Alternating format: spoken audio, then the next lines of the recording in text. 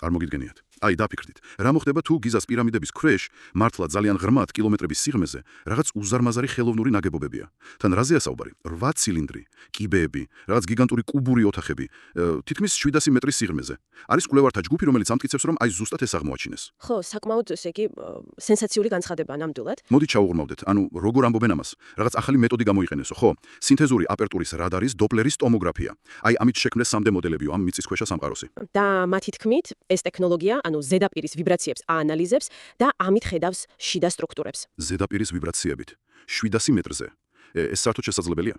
და საინტერესო. თვითონ იდეა, რომ ზედაპირის ვიბრაციით რაღაცა შეისწავლოს სიღრმეში, ეს, რა ვიცი, გეოფიზიკაში ახალი არაა. თქვათ, ვულკანების ქვეშ მაგმის კამერებს რომ ეძებენ, ხო, იყენებენ სეისმურ ტალღებს, ოღონდ ძალიან დაბალი სიხშირესას.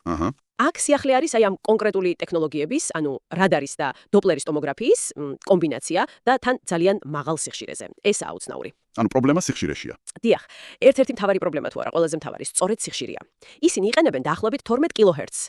ეხლა ქვაში ეს ნიშნავს ტალღის სიგრძეს, სადღაც 24 სანტიმეტრს. 24 სანტიმეტრი. ხო, და ასეთი მაღალი სიხშირის, ანუ მოკლე ტალღები ფიზიკურად უბრალოდ ვერ აღწევენ ეფექტურად ასეულობით მეტრის სიღრმეში კლდეში. ეს იგივეა, რა ვიცი, აი, ხმაურიან ოთახში რომ ჩურჩულით ელაპარაკო ვინმეს მეორე კუთხეში. გასაგებია, ანუ სიგნალი ან ქრება, ან იმდენად სუსტდება, რომ აზრი აღარ აქვს. ზუსტად. და ეს კითხვა სხვა შორის ახალი არაა. ამ კვლევრების წინა ნაშრომიც, აი იმავე მეთოდზე გააკრიტიკეს.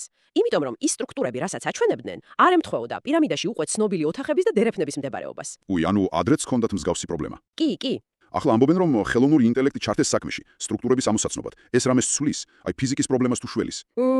არა მგონია. ხელოვნური ინტელექტი ხომ ინსტრუმენტია მონაცემების ანალიზისთვის. თუ თავიდანვე მონაცემი, ანუ ის სიგნალი არასანდოა, ხელოვნური ინტელექტი ფიზიკის კანონებს ვერ შეცვლის. ის იმუშავებს იმაზე, რაც აქვს. ანუ შეიძლება უბრალოდ ხმაურში პოულობს რაღაც პატერნებს, რომელსაც მე სტრუქტურებად ასაღებენ. სავსებით შესაძლებელია. და კიდევ ერთი რამ, აი იდეა რომ პირამიდა, ეს უზარმაზარი მასა, ეყრდნობა რაღაც სვეტებს 700 მეტრის სიღრმეზე. ეს უბრალოდ ეწინააღმდეგება ყველაფერს, რაც ძველი ეგვიპტური ინჟინერიის შესახებ ვიცით. როგორ ააშენებდნენ ასე?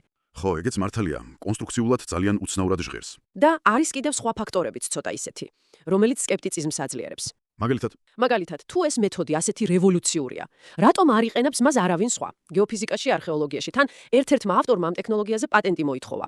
ესეც საინტერესო დეტალია. კომერციული ინტერესი. შეიძლება. და მეორე ავტორი ცნობილია ვთქვათ ასე, არც თუ ისე მეცნიერული შეხედულებებით, მათ შორის უცხოპლანეტელების მიერ ადამიანების გატაცების თეორიებს უჭერს მხარს. ეს უკვე ცოტა სხვა განზომილება. ხო, ეს ფაქტორები, რა თქმა უნდა, კითხვებს აჩენს და ნდობას ვთქვათ არ ზრდის. წარმოდგენილი მტკიცებულებებიც ფაქტობრივად არადამაჯერებელია ამ ეტაპზე. უფრო ჰგავს, რა ვიცი, მონაცემების ძალიან თამამ ინტერპრეტაციას, ან უბრალოდ ხმაურს, ვიდრე რეალურ აღმოჩენას. ხო, ალბათ ასეა. და აი, თქვენთვის დაფიქრებისთვის, რა დონის მტკიცებულება იქნებოდა საჭირო, რომ მართლა დაგვეჯერებინა ასეთი რამ? რამ ხელა უნდა იყოს აღმოჩენა, რომ შეცვალოს ჩვენი წარმოდგენა ძველ ცივილიზაციებზე? და სად გადის ზღვარი, აი, მართლა ინოვაციურ ტექნოლოგიასა და, ფსევდომეცნიერებას შორის, განსაკუთრებით ასეთ გახმაურებულ შემთხვევებში? მართლაც საინტერესო კითხვებია. თუ თქვენთვის ეს გარჩევა საინტერესო იყო, აუცილებლად მოიწონეთ ეს ვიდეო და გამოიწერეთ არხი. ეს დაგვეხმარება, რომ ჩვენი ანალიზი უფრო მეტმა ადამიანმა ნახოს.